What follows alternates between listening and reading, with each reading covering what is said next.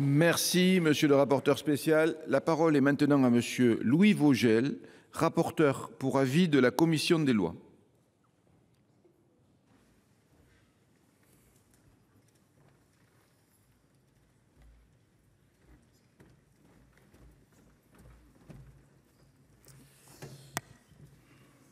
Monsieur le Président, Monsieur le Ministre, Mesdames et Messieurs les rapporteurs, mes chers collègues, en 2024, les crédits consacrés à l'administration pénitentiaire dépassent les 5 milliards d'euros, ce qui est un seuil historique. Par rapport à 2023, les crédits augmentent de 1,5%.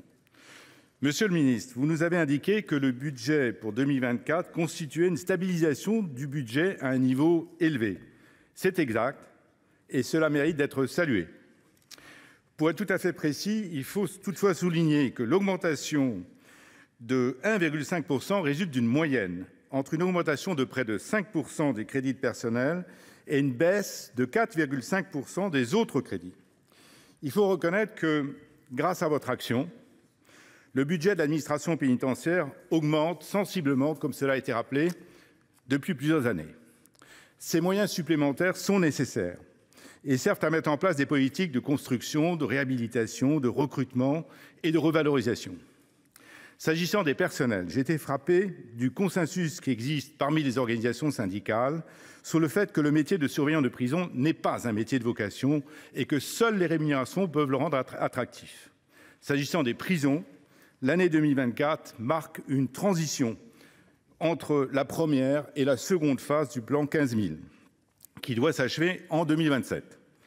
Toutes les emprises foncières sont aujourd'hui trouvées, c'est-à-dire identifiées par les préfets, et les négociations avec les collectivités sont en cours.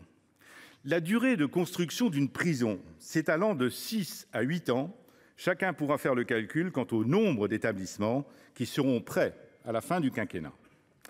Un phénomène sous-tend le budget pour 2024 comme le précédent, l'augmentation de la population carcérale, qui ne cesse de battre des records et qui a pour effet de dégrader les conditions de travail du personnel ainsi que les conditions de détention.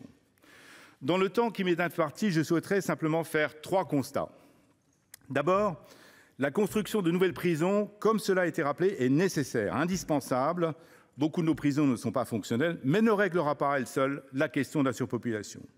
Ensuite, les alternatives à la prison ne régleront pas non plus la question de la surpopulation carcérale, car elle se développe parallèlement au nombre d'incarcérations, comme l'a souligné un récent rapport de la Cour des comptes.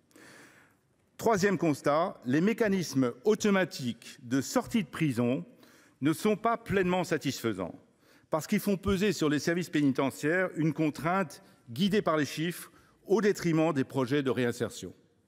Or, c'est le seul moyen de lutter contre la récidive. En dépit de ces difficultés, la commission des lois a émis un avis favorable à l'adoption des crédits de l'administration pénitentiaire. Merci, monsieur le sénateur.